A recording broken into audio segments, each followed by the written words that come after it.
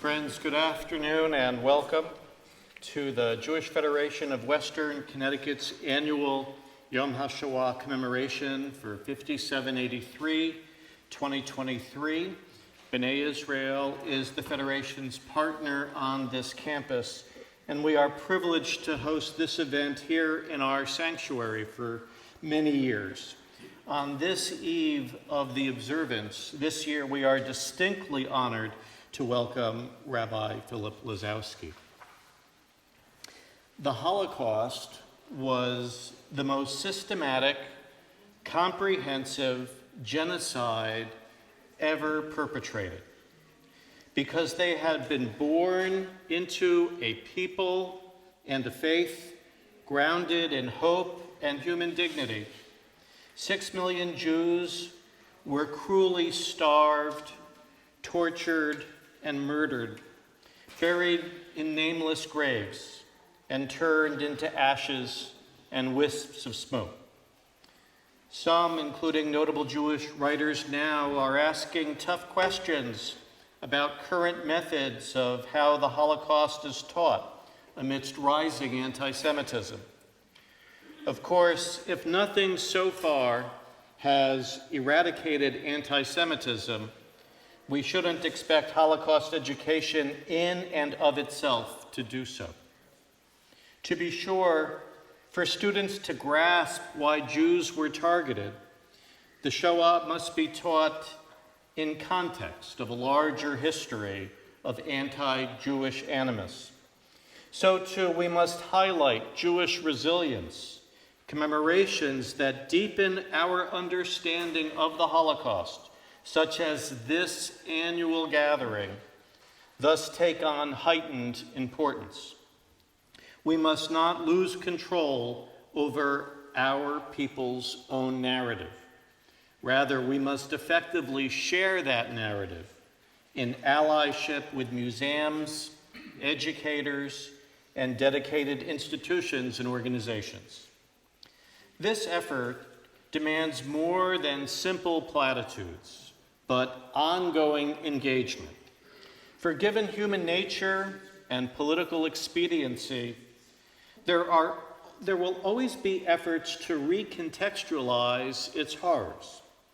Case in point, last week scholars at Yad Vashem and elsewhere criticized a new agreement between the Israeli and Polish governments that appears to sanction historically incorrect sites that Israeli high school students might visit. So let's be clear what's at stake. The goal of Holocaust education and commemoration is remembrance, yizkor. In the Torah, God remembers Noah and pledges to never again destroy the world by flood. In the Torah, God also remembers the covenant with Israel, determining to liberate the people from Egyptian bondage.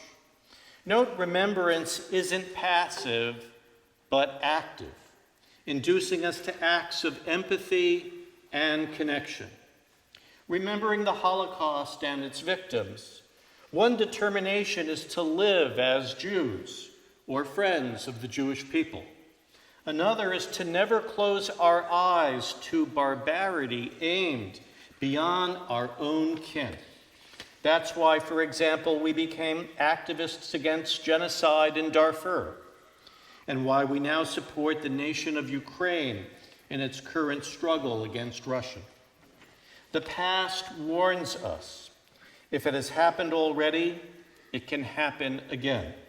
History suggests that there are no better tools to disrupt genocide and hate than education and public awareness. Through our involvement with organized Jewish community, whether as members or allies, let us commit ourselves and our resources to ensuring that the Shoah will never be forgotten and genocide and atrocity will never be countenanced. May we thoughtfully, effectively, and steadfastly transmit memory and communal obligation, Yizkor L'Dor Vador, from generation to generation. Ken Yehi Ratzon, be this God's will.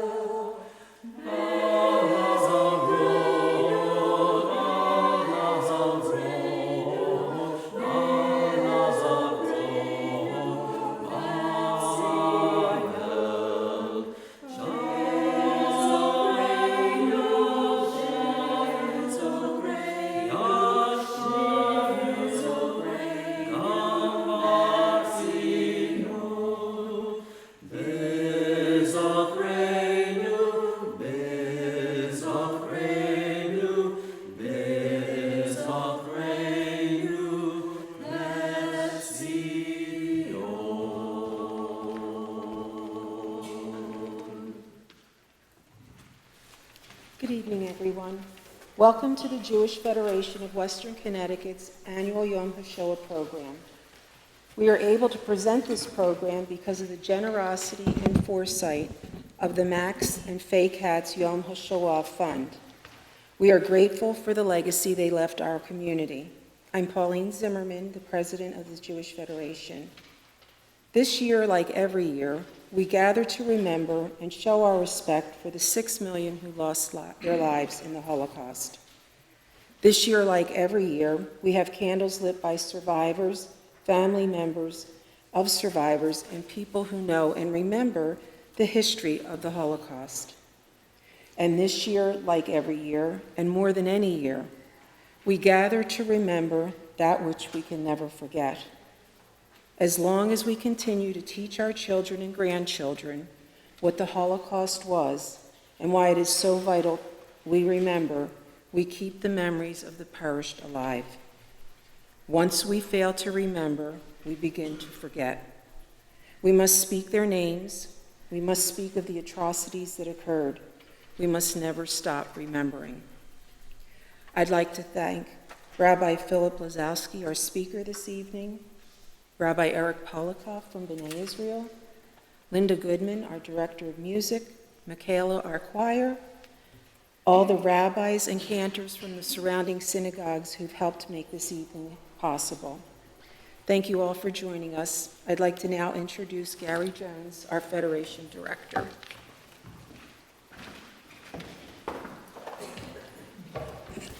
Thank you, Pauline, and thank you all very much for being here. We really are humbled by how many people made the effort to come on a Monday night.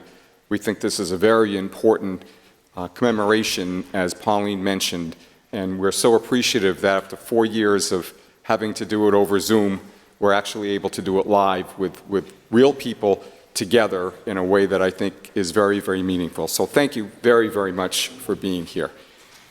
Before I begin the introduction of Rabbi, we have a proclamation that Congresswoman Hayes was kind enough to send to us. She is in Washington, so she couldn't be here, but her district director, Janine Lupo, is here to observe with us, and I am going to read this very brief set of remarks from Congresswoman Jahana Hayes. Special congressional recognition presented to Jewish Federation of Western Connecticut in recognition of Yom HaShoah, Holocaust Remembrance Day. We gather here today in remembrance of the 6 million Jews that were murdered during the Holocaust and in recognition of the heroism of the survivors and rescuers. Today, we mark the anniversary of the beginning of the Warsaw Ghetto Uprising. We remember the atrocities of that time, mourn the lives needlessly lost, and honor the survivors and resistors. In commemorating this day, we ensure we do not repeat this moment in history. I stand in humble solidarity, Jahana Hayes. Thank you very much, Congresswoman, and Janine for being here.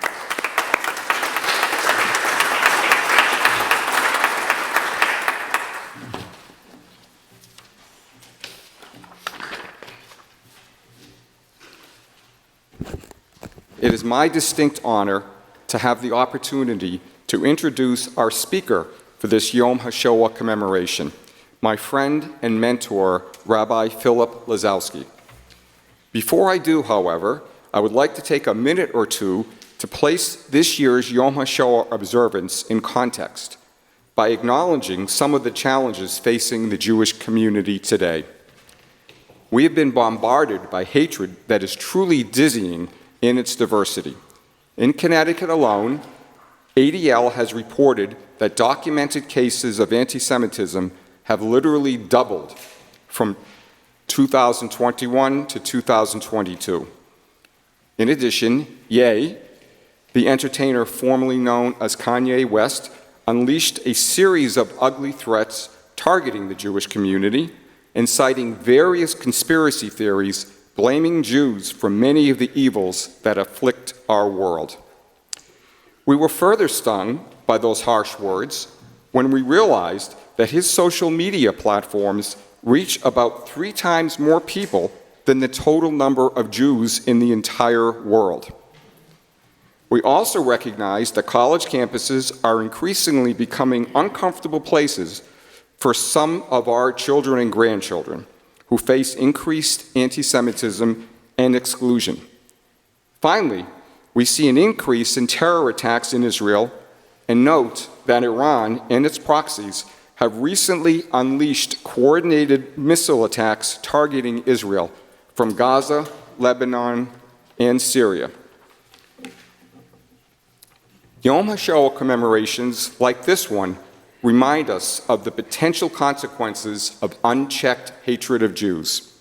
They remind us that as a Jewish community, we need to stand together, stand tall, and stand proud.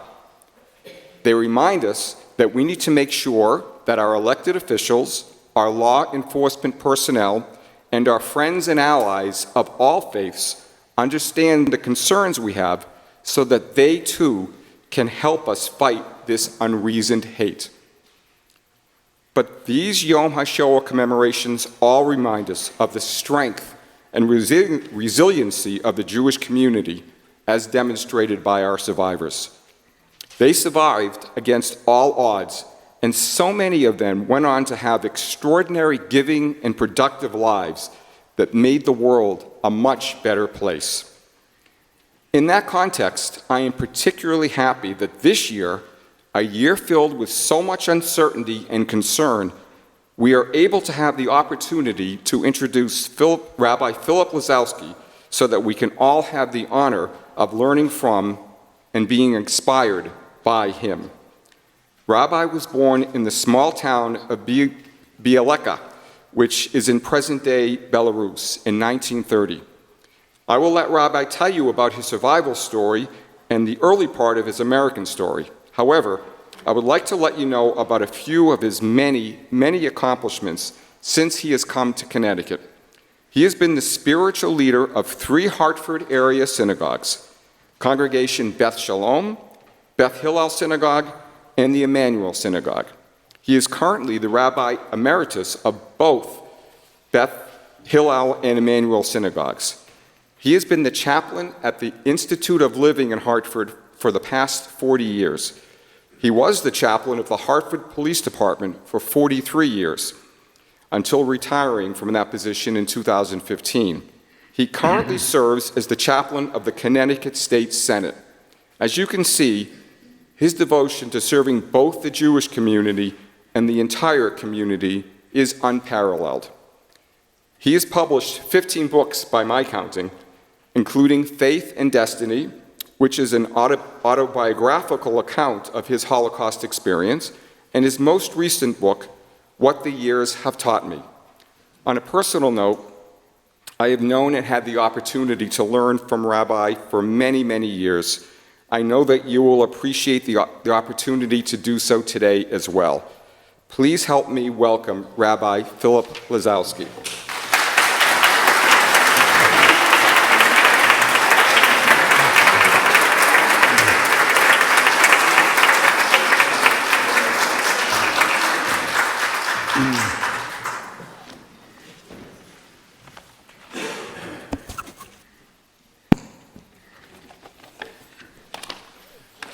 Thank you, Gary, Rabbi Polikov, ladies and gentlemen. I go around the state to speak 3 times a week about my story. This week, it's only the second one, no, the third one. Tomorrow, I speak to another college. So, usually I speak for an hour and a half. Gary told me half an hour. So I have to shorten certain things. Well, let me tell you my story. My family were 4 brothers. I am the oldest, and a little girl, mother and father. By the way, I am not speaking here as a rabbi. I'm speaking of you as a Holocaust survivor, so you understand what am I trying to do. I was born in a town, Bielica, which is next to Vilnius, or Vilna, which is Poland was at that time. My story is a lesson to show how the Nazis brutalized, murdered, and oppressed a civilization, and the world stood by and did nothing. So, it is important to, I want to quote just one person. When General Dwight Eisenhower, who eventually became the President of the United States, found the victims of death camps in Dachau, he insisted there be as many photographers taken possibly that the German people surrounding the villages to shroud the camps and even to bury the dead. And I want to quote, he said, "Get all the records now. Get the films, get the witnesses, because somewhere down the tracks of history, some bastard will again get up and say that the Holocaust never existed or never happened." Now, you see, I'm a living proof. That is why I would like to quote this quote. In Leviticus chapter 19, verse 16, it states, "You shall not stand idle by when the blood of your innocent neighbor is being spilled." It is a tragedy that the world stood by and did absolute nothing while the neighbor's blood was being spilled. That is why I wrote down the story of my life, how I survived. By learning about genocide, and particularly the Holocaust, we can ensure that the world will never again have to face such unforgivable acts. The war started in 1941. I was 11 years old. When the Germans came, they burned our village, and they started to take hostages, namely for the reason they wanted to get all the schmuck. Schmuck means the gold, the silver, the diamond, and they took, and the ladies took off whatever they have. We were not a rich village, but they gave away all their gold and silver to these Germans, and then they demanded more, which they didn't have. So they took hostages, and if they said, if don't bring this kind of amount, we shall shoot them. And they did. They shoot all these 36 people. Who were these 36 people? The intelligent people of the village. The rabbi, the principal of the school, the rich people had only a little store, they call them rich, just made a living. Well, and then they put us in a ghetto. In the ghetto was then they moved us from our village to a bigger town called Gentcho, which means in Yiddish it's called Zhetel, in Russian it's called Jatlava. There they put all our 7 in the family in one room. We slept on the floor without anything because everything was burned in the house. We went out from the house just like we're standing. We didn't have much. And of course, it was very hard. But we had very good Christian friends. Why? Because my father was a fisherman. And he had a lot of people working with him as fishing from the river that we lived by in our village. That's a big river which is called Nyaman that falls in the Baltic Sea. So they knew what's going on in the world. And they came to the ghetto. They risked their lives to tell us that the massacre is coming. The reason they kill all the Jews in the other towns. So we lived in a house in this one room that was not finished.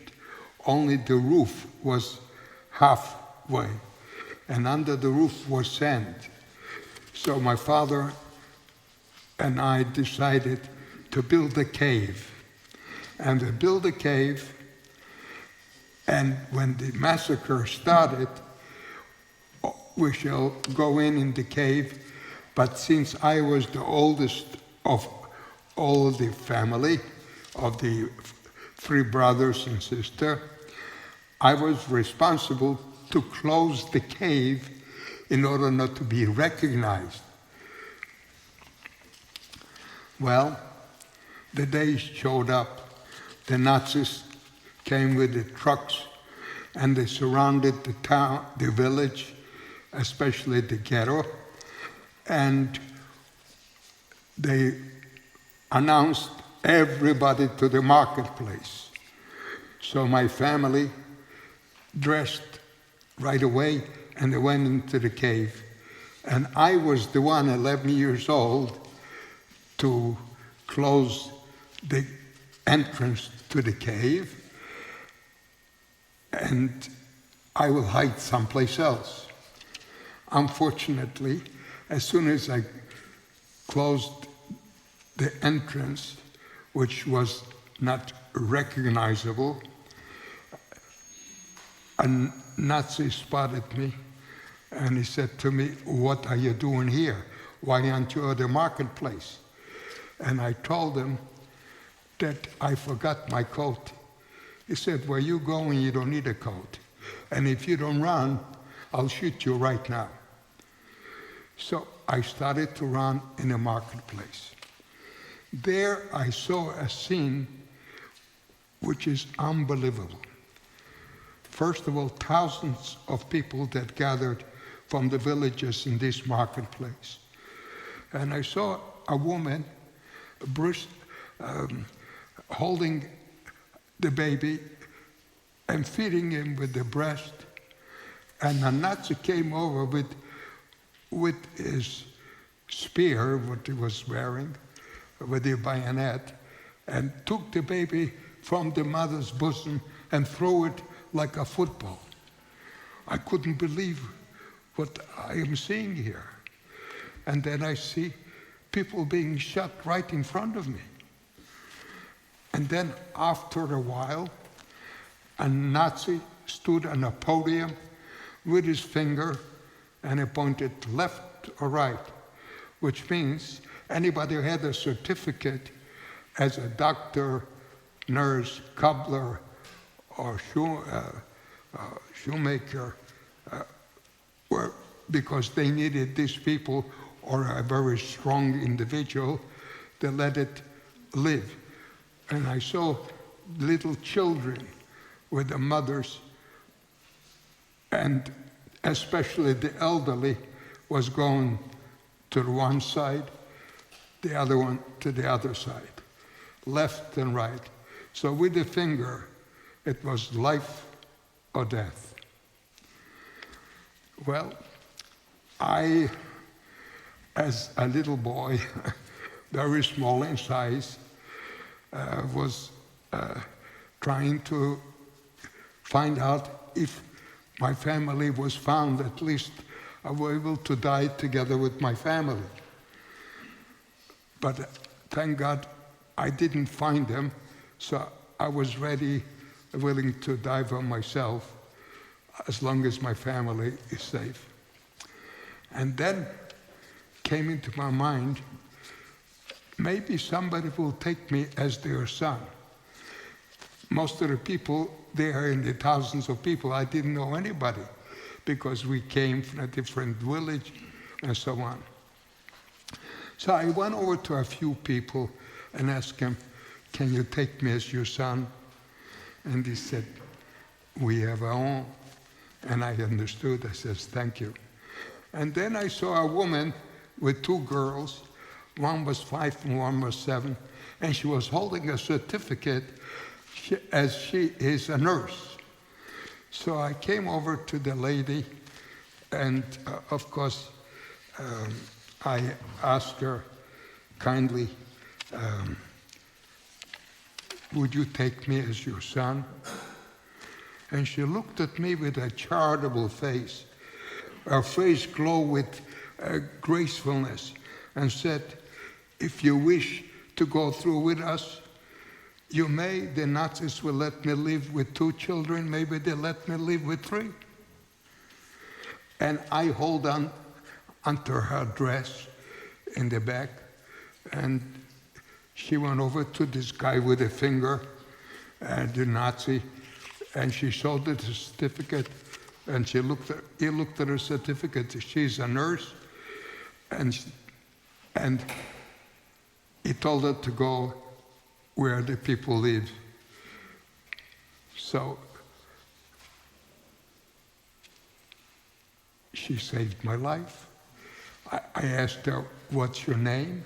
And she told me her name is Miriam Rabinowitz, which I saw the lady only 15 minutes or so in my life. And then the Nazis announced, everybody go to their own place.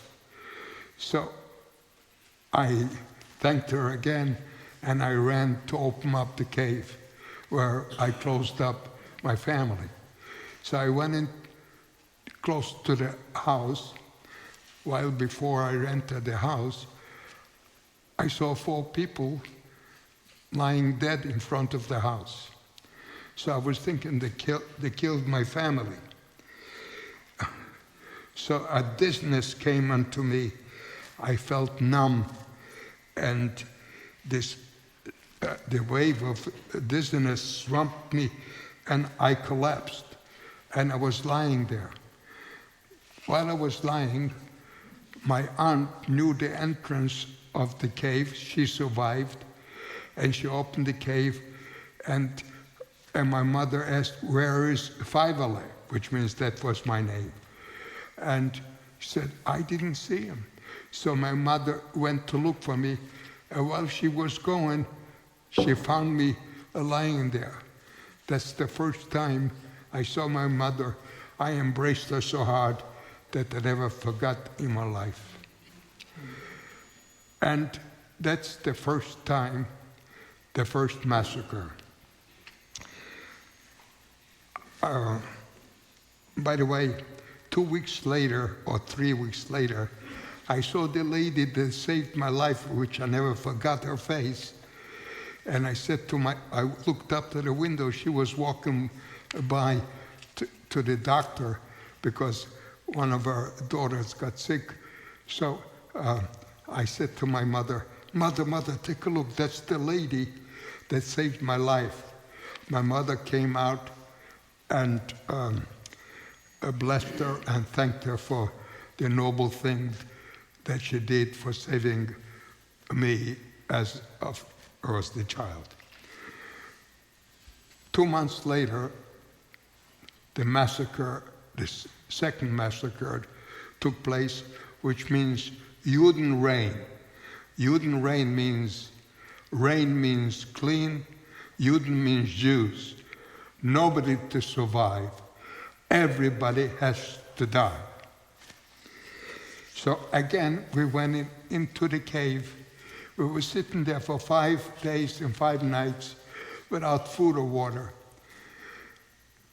Then they found our place because they took away all the furniture, and under the closet was the entrance.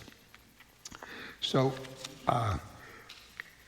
and unfortunately, we went out. The Germans came, and they asked right away, "Where's the schmuck?" Which means they're looking for gold, silver, diamonds, which we never had, and so on. So, well, Mother said to us all, "Children, that's the last. If you can save yourself, try." So my middle boy, which is the third boy, started to run, and in front of us, the German took out the gun and shoot him in the back. Then they went into the house to look for more gold, whatever they was looking for. So Mother said, maybe now is a chance to hide. One of our boys went into the outhouse, not on top, but on the bottom, up to here. And I went under the bush, lying there where the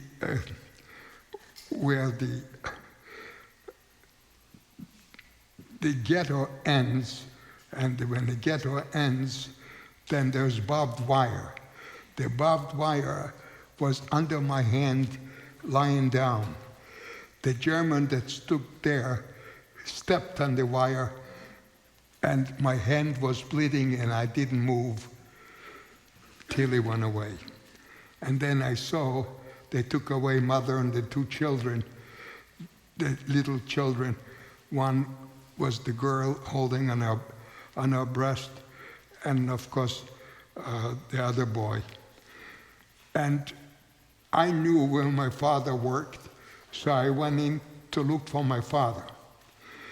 A dog spotted me, and he started to bark so hard. And unfortunately, the Nazis looked who's barking, and they saw me. And the Nazis came over to me and says, "What is your name?" And I told him, "My name is Lazowski." And he said, and he gave me such a smack that I fell down, and I never had such a hard hit in my life that I'm ashamed to tell you, I made in my pants because such a hard hit. And he said, "You are lying because your name was never Lazowski. You're a Jew." I says, "Yes, I am a Jew, but my name is Lazowski for hundreds of years." Well, he took me by my neck and brought me in a movie place. The movie place where we gathered all the Jews who were found in the caves. There I found my mother and the two children. We're there, no food, we're waiting. And we're waiting for 2 days, then the trucks showed up. And when the truck showed up, we knew that's the end. We were on the second floor in the movie place, and Mother took a chair and hit the window, which was boarded up with wood, and she said to me, "I want to do three things. Number one, I want you to jump from the second floor."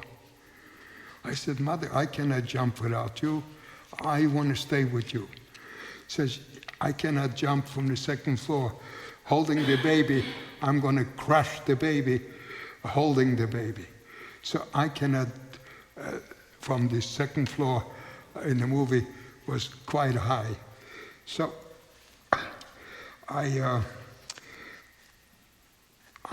said, "I don't want to go without you. I'll stay with you." So she said to me before, "I want you to remember three things in your life. I want you to survive. Number two, I want you to tell everybody what happened over here to us all.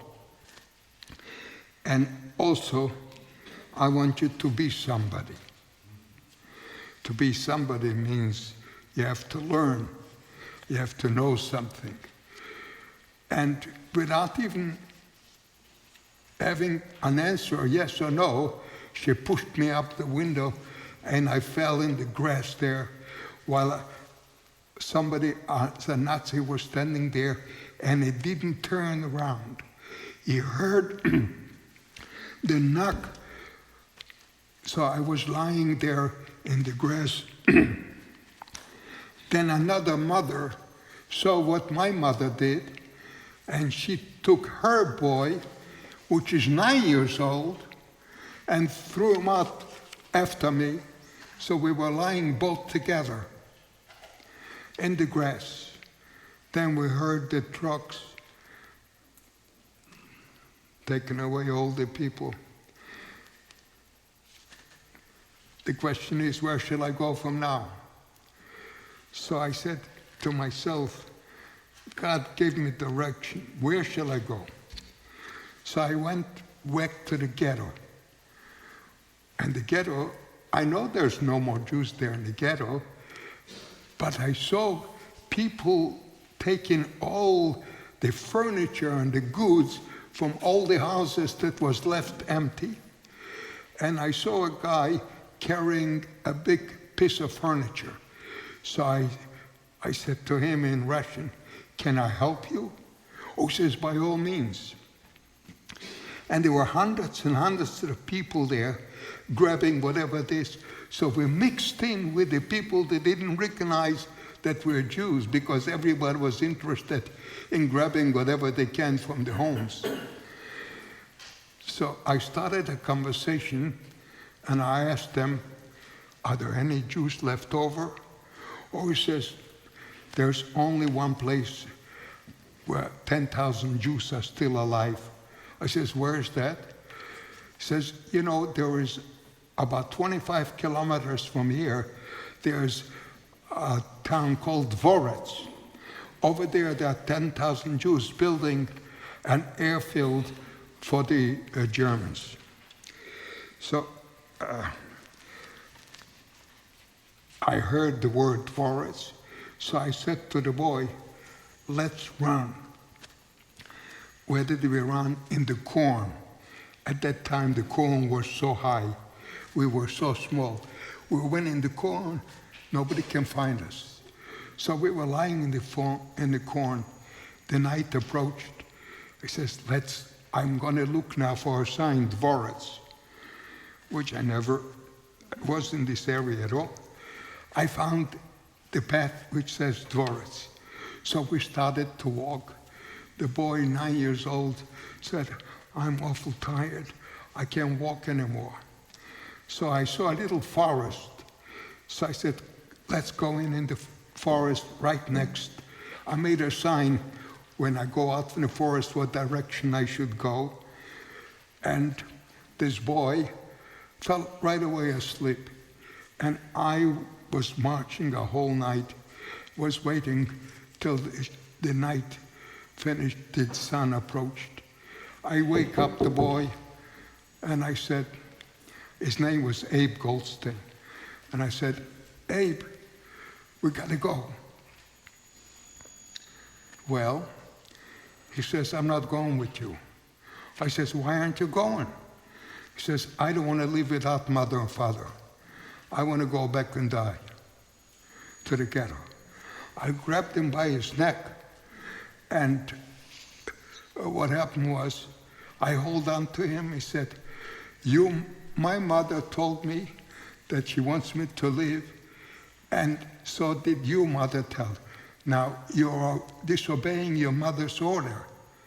He says, no, I don't want to live anymore. I cannot live by myself.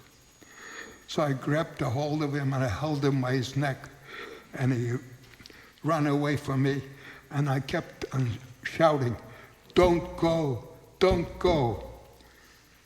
And then he turned around and he came back to me. And he came back to me, and we found Dvorets. As soon as I opened up the wires to go into the ghetto there, a cousin was standing right there of his and grabbed a hold of him and he embraced him. Who says, "I'm so happy that you are alive." And I didn't see this Abe Goldstein anymore. I didn't know if he survived or not.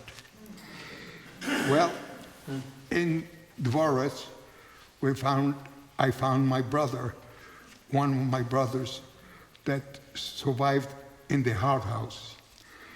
What happened was he was there till the Germans went away.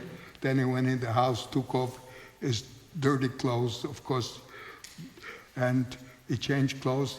And he heard also about Dvorets, so he came to Dvorets, and there we were both together, working to build this airfield.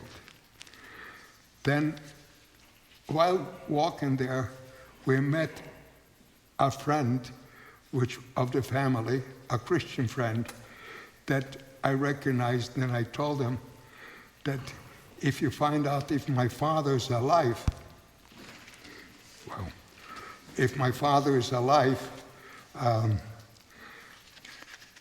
try to tell him. Well, I was saved.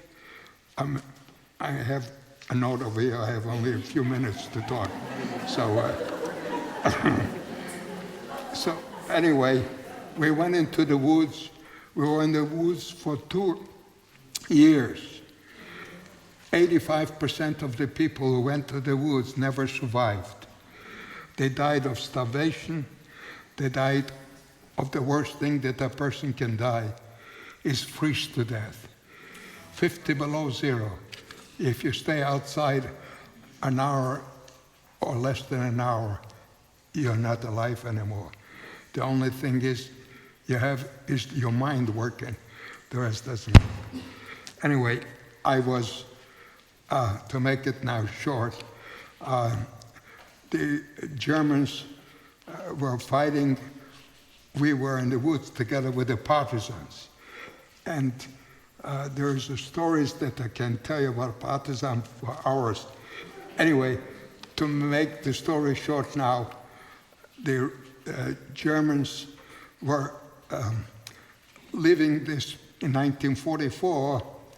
Before 1945, the Russians from Stalingrad were able to push the Germans back, and they suffered terribly there, and they moved, and the Russians freed us from this. We didn't stay in Russia too long. After the war, we went back to Poland in order to go to Palestine.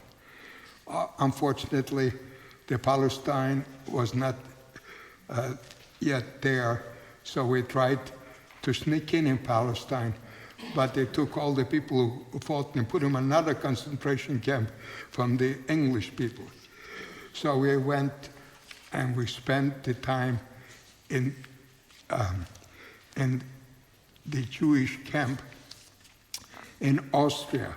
Then the family in my father's family was in America. They found out we were alive. We brought to America. About America, I was 17 years old. 17 years old, I started college, and I worked from 3 o'clock at night till 4 in the morning, till 3 in the afternoon. And at night I went to school. I finished high school, Thomas Jefferson High School in Brooklyn. Then I went to Brooklyn College because I didn't have any money. Brooklyn College, I had a B, over a B. You have to have close between a B and an A, which I did. So I went to Brooklyn College for nothing. I couldn't go to the Yeshiva University College because they charged $16 a credit. I didn't have $16, so I had to go to Brooklyn College. Anyway, I graduated Brooklyn College, and I went to Yeshiva University. There, one of my classmates was going to get married. So I invited the whole class. When I invited the class, he invited me too. I said, I'm not going. I don't have the proper clothes. I don't know how to dance. I'm going to sit like a dummy there. So anyway, he insisted to go. I went there, and I sit on the table, and next to me was a lady. And this lady, also a survivor, who started a conversation, and I asked her where she comes from. Then I said, she asked me, where you come from? I says, oh, I come from a little town, Belize.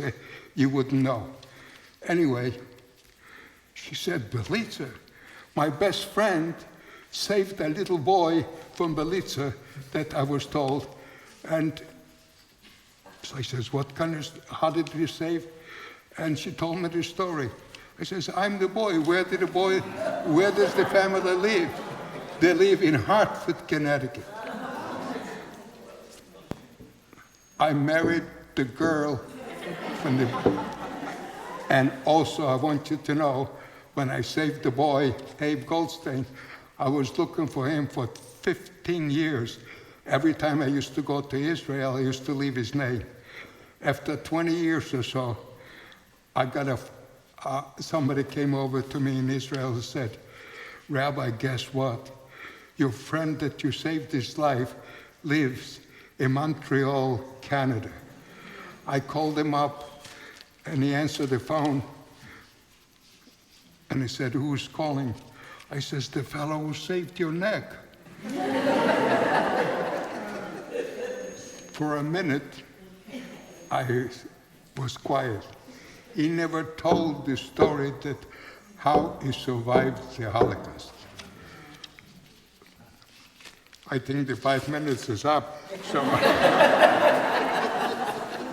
I just want to tell you, remember one thing. We must tell the story in order for people to remember certain things. You know, there is 10 commandments. I think we should have 11 commandments. Don't forget, remember, and we have to act, not to be afraid. Stand up what you believe, and be a hero, and not be a sissy. Nice talking to you all.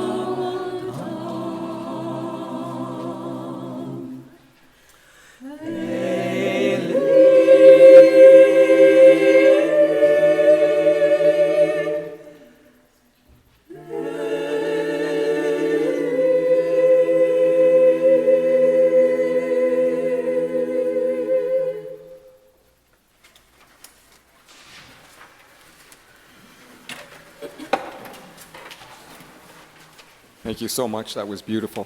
I'd like to ask Kathleen Marks to come up and lead us in the candle lighting at this point.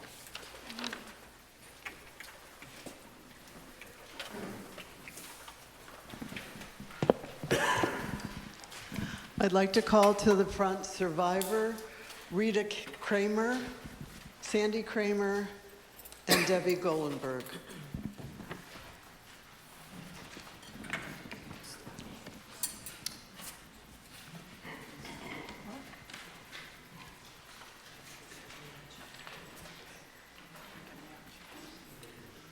Rita Kramer.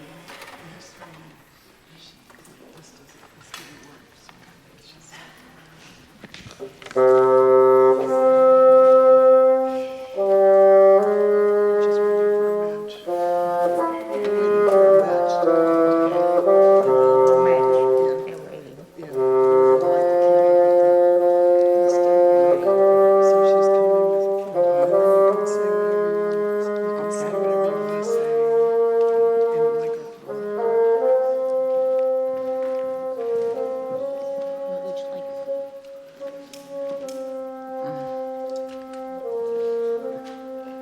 Thank you. Thank you. Thank you. And the prayer.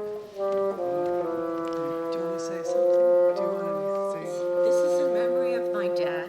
Say This is in memory also of my father, Samuel Kramer, who was also a Holocaust survivor, and my mother, Rita Kramer. Dad, rest in peace.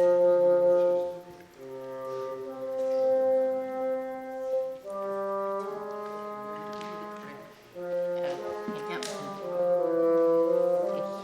One second.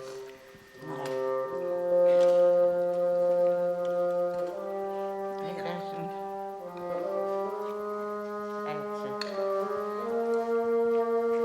Thank you. Next, I'd like to call up Rachel Kazmarek and Frida Winnick and Rita Montalban. Rachel is also a Holocaust survivor.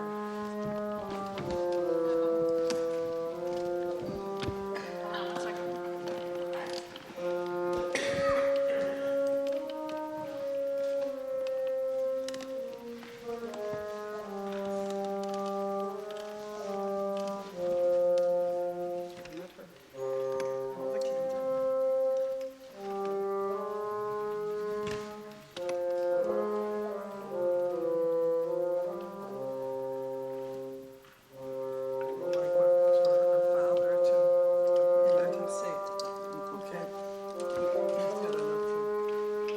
We'll light one for our father, my mother's husband, Jacob Kazmarek.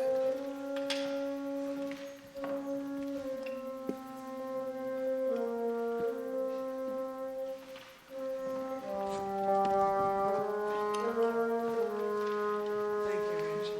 Thank you.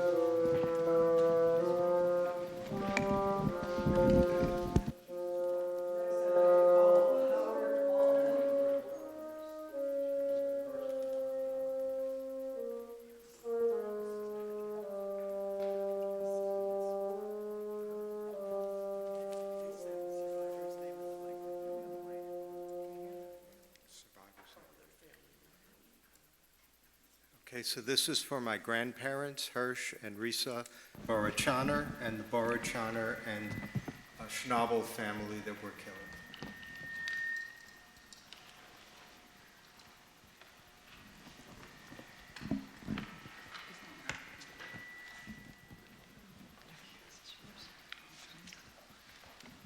I'd like to call up Irene Badinsky.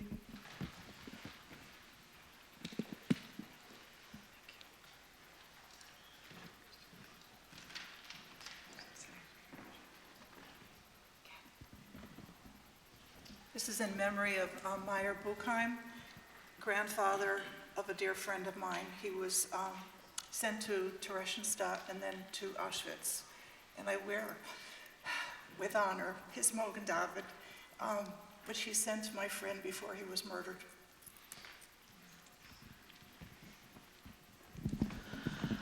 I'd like to call up Bert Sipley.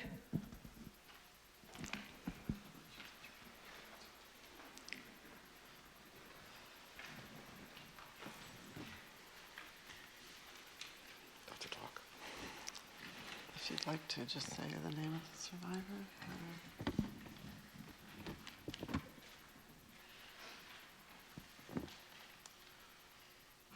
In memory, my father's mother, so it'd be my grandmother. He had twin brothers and a sister. I'd like to call up Ralph Falkenstein.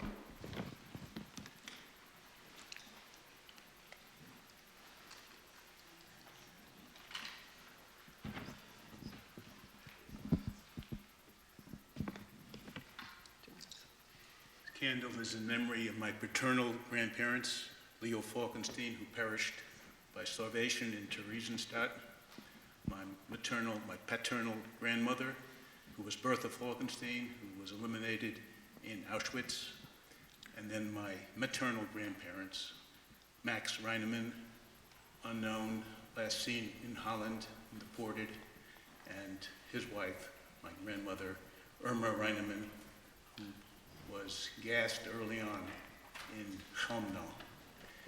And there's also an uncle, their son, Kurt Reinemann. Thank you. Dr. Ruth Holt.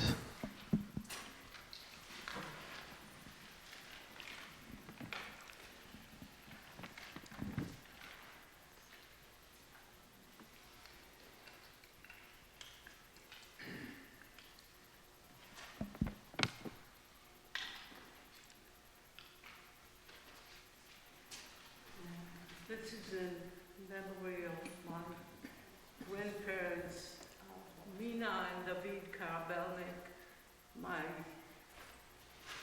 uncle Labele. The three of them died horribly in the small town of Jurburg in Lithuania on the border of Germany. I would also like to remember my two aunts, Rivka and Sarah, who were part of the long march when the Germans were retreating. And Sarah was collapsing in the snow and could not walk anymore. And Rivka didn't want to leave her alone, and they both died together on the way to liberation and never chanced. And many other family members whose name we don't know. Thank you. I'd like to call up Elaine Stokowitz.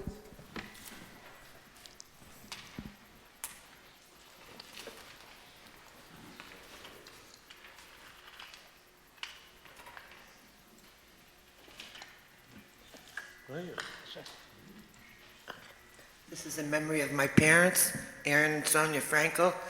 My mom was a Holocaust survivor. My father was a partisan. Thank you. I'd like to call up Denise Kaiser.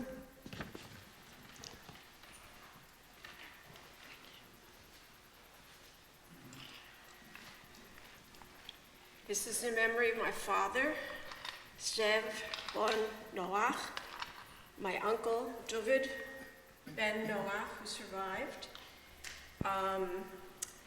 and in memory of Kaiser family, Vigelas family, the Professorski family.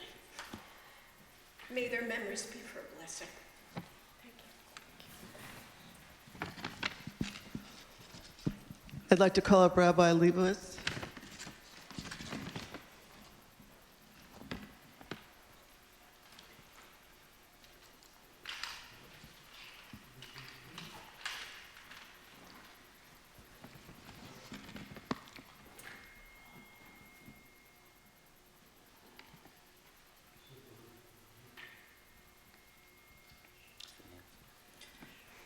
In memory of my two sets of grandparents, my paternal grandparents, the Leibowitz grandparents, and my maternal grandparents, the Shmulevitz grandparents, both Holocaust survivors.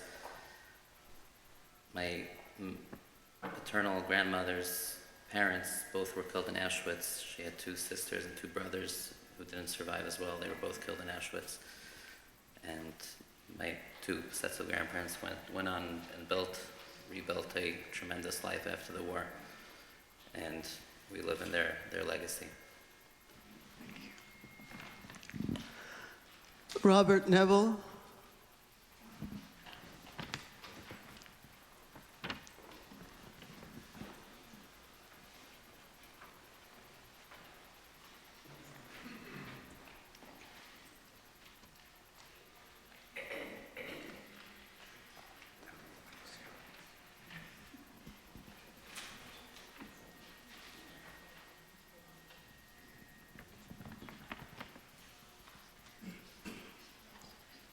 I light these lights to honor the memory of 37 out of 50 who never left Germany, and to memorialize the 13 who made it through: my father, grandfather, grandmother, my aunt and uncle, and their children.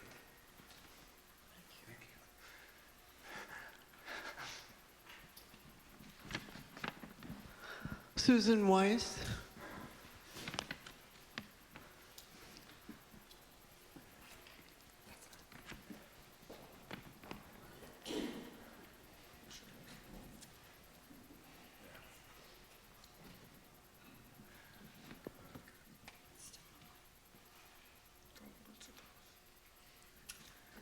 This is in memory of both my parents, who were survivors, Wolf and Aranka Zellinger. My mother was a survivor of Auschwitz, lost her little sister and her father there. My father was a survivor of many death camps, including the Warsaw Ghetto. He lost both his parents and 2 brothers and a sister, and all their extended family members.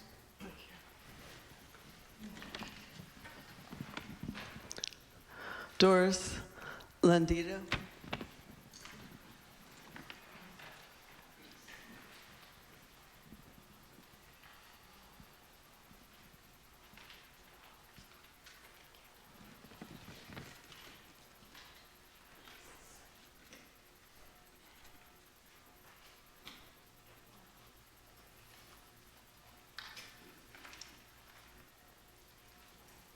This is in remembrance of my living parents who have survived thus far, and also many of their extended family.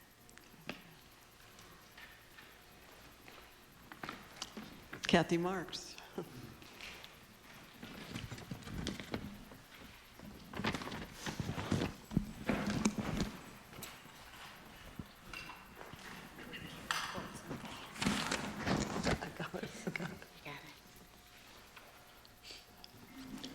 I'm lighting this candle in memory of my husband, Holocaust survivor of Auschwitz-Birkenau, David Marks, and 35 of his family members have perished at Auschwitz-Birkenau, the Markowitz family.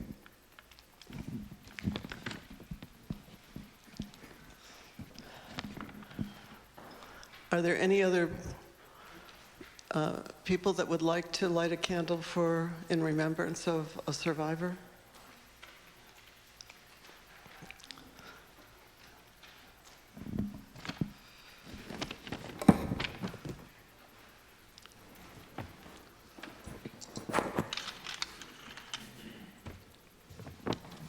This is in memory of my beloved mother, who was a survivor of Ravensbrück, the horrors of which never entirely left her.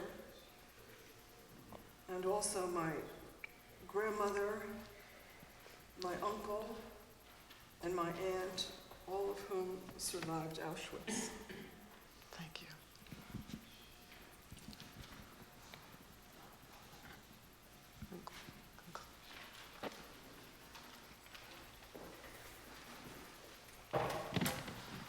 Let us all now share in a brief moment of silence.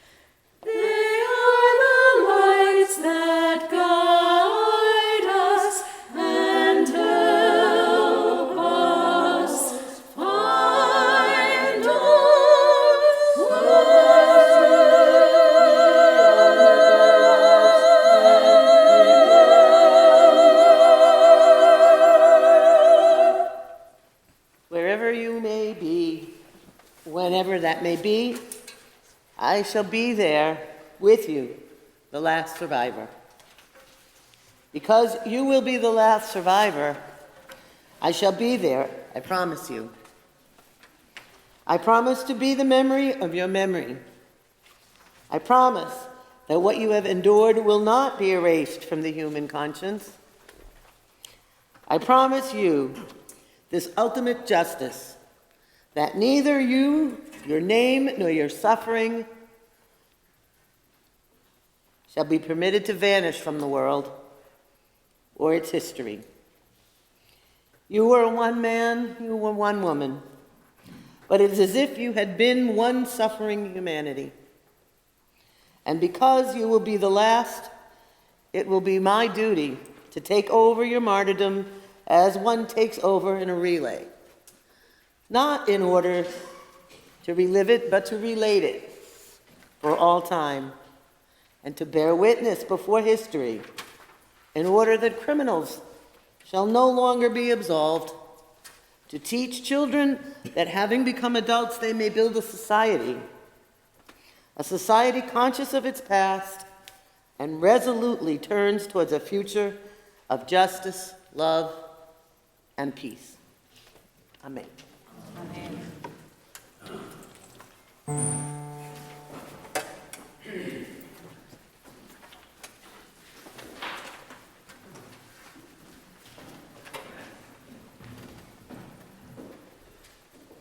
So, nicht kein Mal, als du gehst im letzten Weg, wenn Himmeln bleiene verstellen bläue Tag, weil kommen wird noch unser ausgebänkte Shoah. Se Wetter beugt und unser Trott mir seinen do. Von grünen Palmenland bis weißen Land von Schnee. Wir kommen an mit unser Pein, mit unser Weh. Und wo gefallen ist der Spritz von unser Blut, Wetter sprotzt von unser Gwure, unser Mut. Es wird die Morgensonne begilden uns dem Heind, und der Nächten wird verschwinden mit dem Feind. Nur euch versammeln wird die Sonne in dem Kajor, wie a Parol soll gehen das Lied von Dor zu Dor. Das Lied geschrieben ist mit Blut und nicht mit Blei. Es ist nicht kein Liedl von a Vogel auf der Frei. Das hat a Volk zwischen fallendig gewend. Das Lied gesungen mit Naganes in die Hand. Sag nicht keinmal, als du gehst dem letzten Weg. Wenn Himmeln bleien, verstellen bläue Tag. Weil kommen wird noch unser ausgebänkte Shoah. Se wird abheugt und unser Trott mehr seinen do. Weil kommen wird noch unser ausgebänkte Shoah. Se wird abheugt und unser Trott mehr seinen do.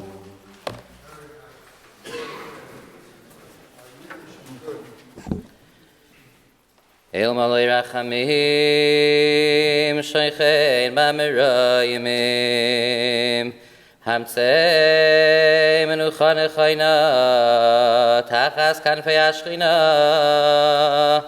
b'mahalais kedoshim utayrim, kezayir haroki amazirim,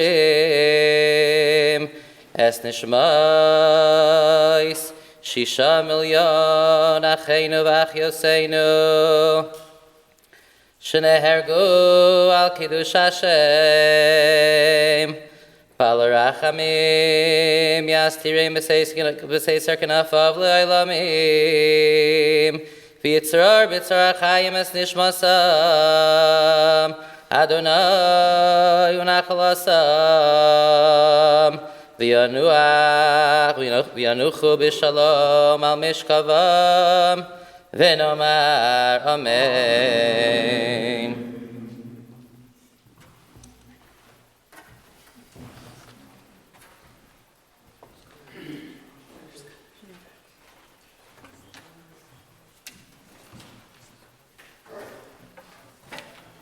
Please rise if it is your custom and as you are able.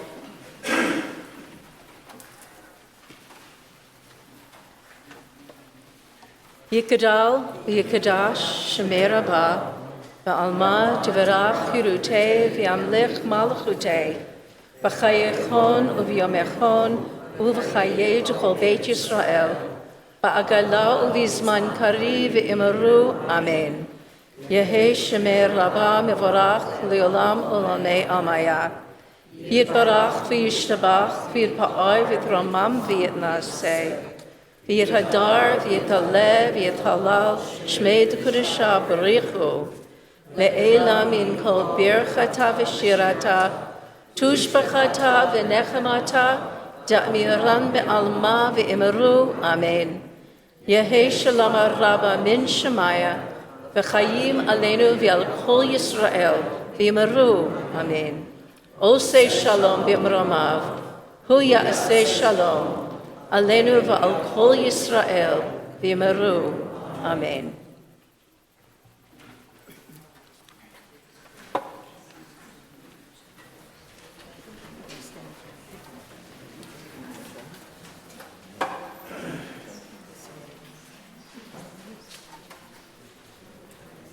Everyone, please rise for announcement.